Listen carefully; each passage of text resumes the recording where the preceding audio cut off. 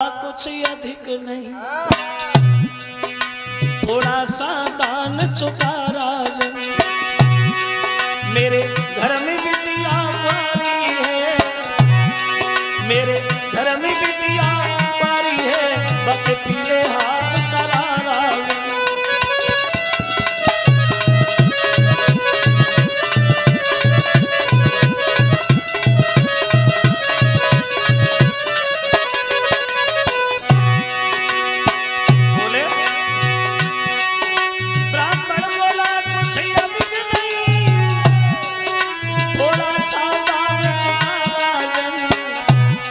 मेरे घर में बिटिया कुंवारी है, बाके पीले हाथ करारा।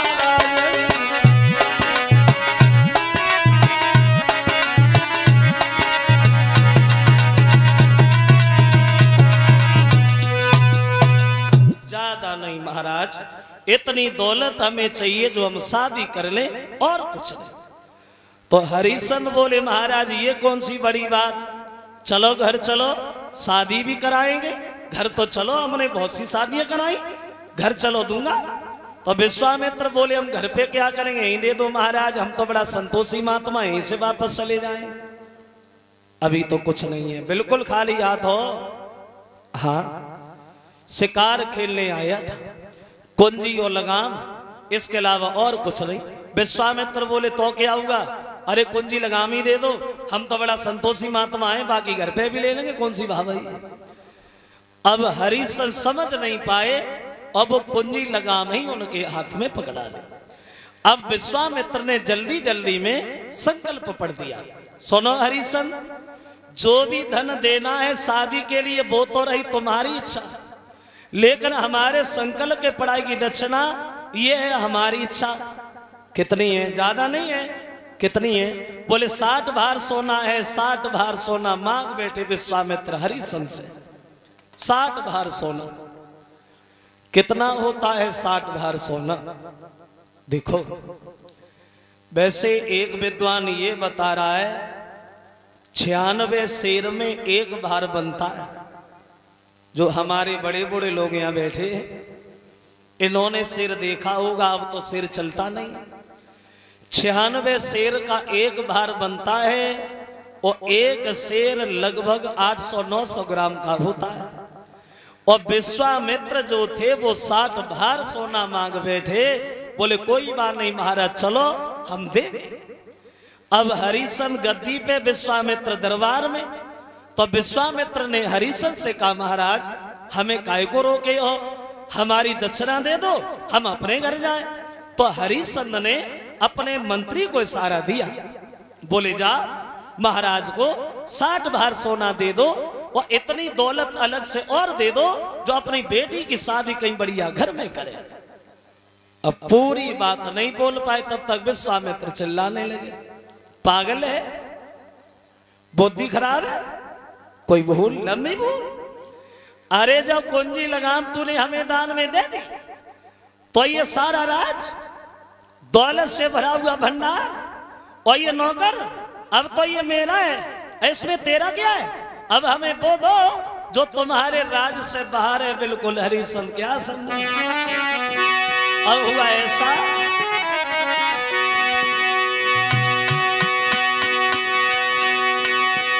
तो राजा ने अपने नौकर से, और जब कही सोना लाने की, सोई विश्वामित्र ने मुझसे कह के तब कही दई बात ठिकाने।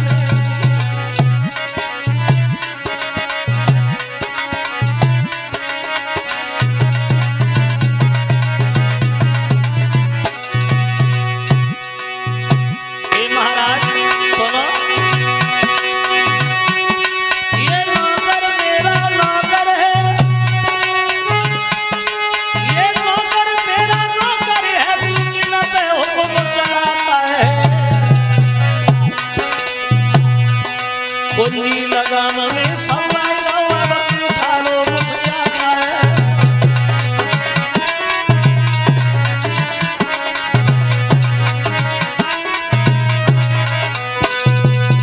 उत्तर दिया महाराज ये नौकर मेरा है, दौलत मेरी है, राज्य मेरा है और इसमें तुम्हारा क्या है। अब हमें बोला करके दो हरिश्चंद्र जो तुम्हारे राज्य से बिल्कुल बाहर है। क्या समझे? जो हरिश्चंद्र ने ये शब्द सुने तो थोड़ी देर ये होश नहीं रहा कि हम बैठे कहाँ हैं। लेकिन जब धर्म की तरफ देखा तो सर से मुकुट उतार करके ब्राह्मण के सर पे रख दिया। लीजिए महाराज, ये राज्य आपका, यहाँ के रहने वाले सब लोग आपके, और हम तो आपकी एक प्रजा के समान है। विश्वामित्र बोले प्रजा के समान नहीं हो, प्रजा हो। और ये चेहरा उतर कैसे गया? राज्य का दुख है क्या? वो दान नहीं जुर्माना है हरिश्चंद्र, जो दान देते समय मन में थोड़ा भी कष्ट किया हो। तो हरिश्चंद्र बोले महाराज हमें राज्य का कोई कष्ट नहीं है, फिर क्या है, दक्षिणा दो, दे रो नहीं। तो हरिश्चंद्र कहने लगे महाराज अब शरीर बचा है, शरीर के अलावा और कुछ नहीं, आप हमें बेच लो। हमारे घर में एक पत्नी है उसे भी बेच लो, एक हमारे लड़का है वो भी बेच लो, आपका कर्जा पूरा हो जाएगा। तो विश्वामित्र बोले हरिश्चंद्र एक काम करो, पहले तुम अपनी पत्नी को पूछ के आओ, अगर बिक रही है तो भी ठीक है और नहीं बिक रही है तो भी ठीक है, हम इधर ही बैठे। अब चले हैं महाराज अपना सब कुछ त्यागने के बाद अपनी पत्नी के पास घर के लिए। देखिए वो महाराज हरिश्चंद्र होए मन में मनहीन और भूप जब मेलन को गाया, भूप मेलन को गाया,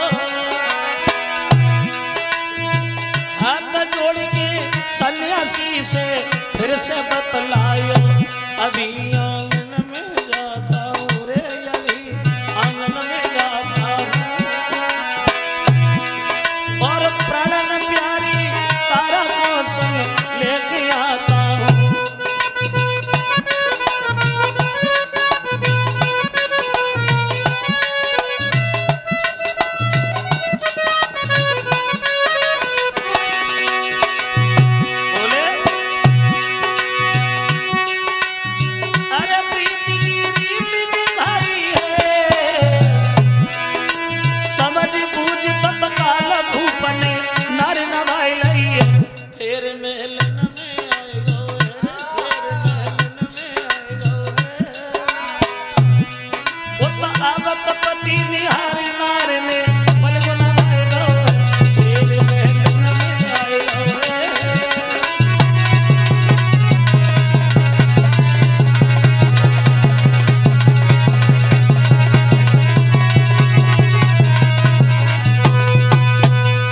चले महाराज अपना सब कुछ त्यागने के बाद अपनी पत्नी के पास। पत्नी ने पति को देखा तो बड़ा सम्मान से बिठाया, लेके चेहरा की तरफ देखा तो सवाल कर दिया। तो हरिश्चंद्र अपने मन की बात अपनी पत्नी से बोले, हे रानी एक महात्मा दरवाजे पे खड़े, तुम हमारे साथ बिकने के लिए चलोगी?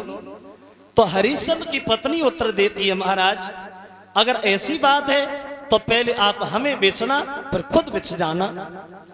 रोहितास आए बोले पिताजी हमें भी लिए चलो, हम भी चलेंगे। तो हरिश्चंद्र कहते रानी तारा इन वस्त्र आभूषणों पे हमारा तुम्हारा कोई अधिकार नहीं है, कोई फटी पुरानी साड़ी रखी हो वो पहन लो भद्रे। चले हैं तीनों प्राणी जिस समय काशी में बिकने के लिए। वहां देखो जिस रानी ने कभी घर से निकल करके देहरी नहीं देखी थी आज काशी में बिकने के लिए चली है। क्या वेशभूषा है, क्या दशा है तीनों प्राणियों की, तो एक कभी कल्पना करता है। देखो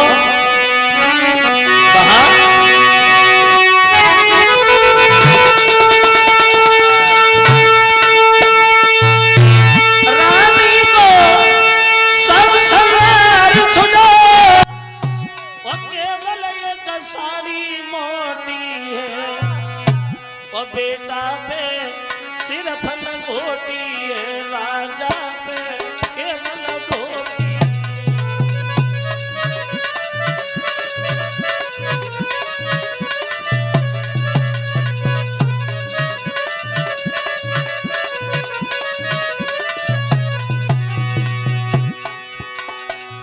देखिए जिस रानी ने कभी घर से निकल करके दहलीज पे कदम नहीं रखा था, आज काशी में बिकने के लिए चली है।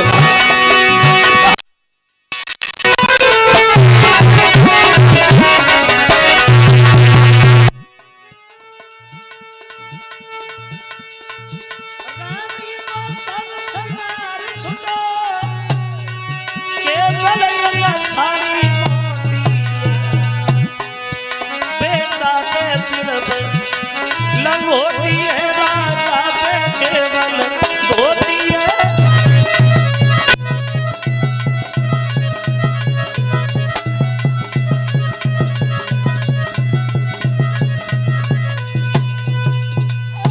चले हैं तीनों प्राणी काशी में बिकने के लिए। वहां जिस रानी ने कभी घर से निकल करके दहलीज नहीं देखी थी, आज काशी में बिकने के लिए चली है।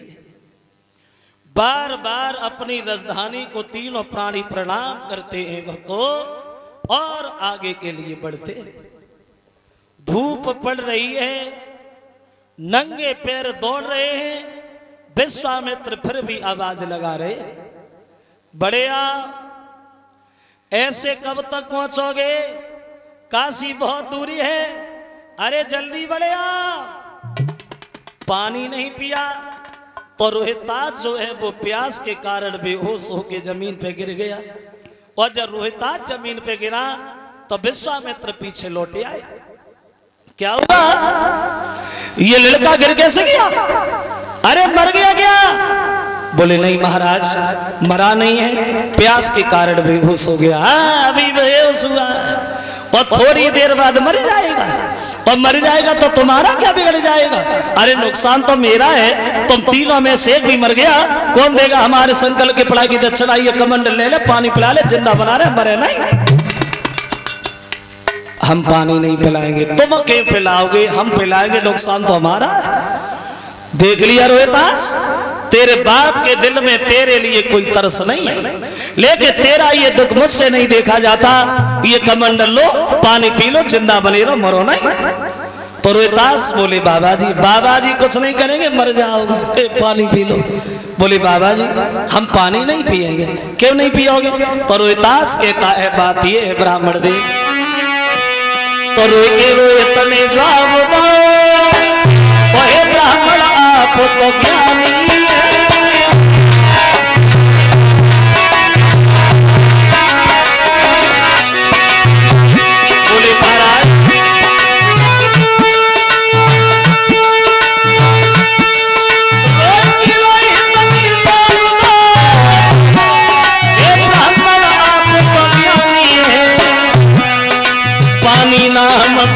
दिखलाइयो हम खुदाई पानी पानी है।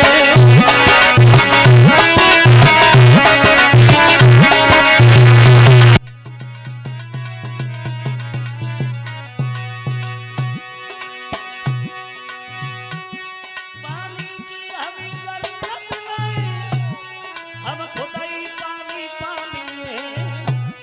और कर्ज शीश पे रखोगा हो कि कलंक की बने निशानी है।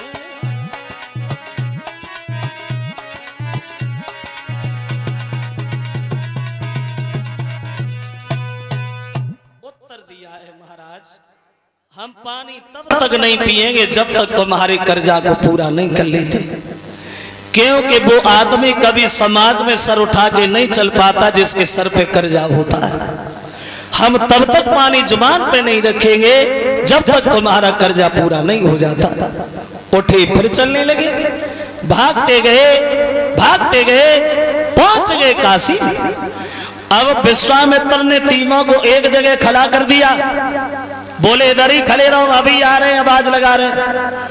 और गांव की गलियों में विश्वामित्र ने आवाज लगाई, सुनो गांव के लोगों, आज तुम्हारे काशी के बाजार में 3 प्राणी बिकने को आए। उम्र में अंतर है, कीमत में कोई अंतर नहीं। एक लेना चाहते हो 20वां सोना, 2 लेना चाहते हो 40वां सोना। जिस किसी सज्जन को लेना हो वो हमारे पास चला है। अब विश्वामित्र ने गलियों में आवाज लगाई और बोले के तीन प्राणी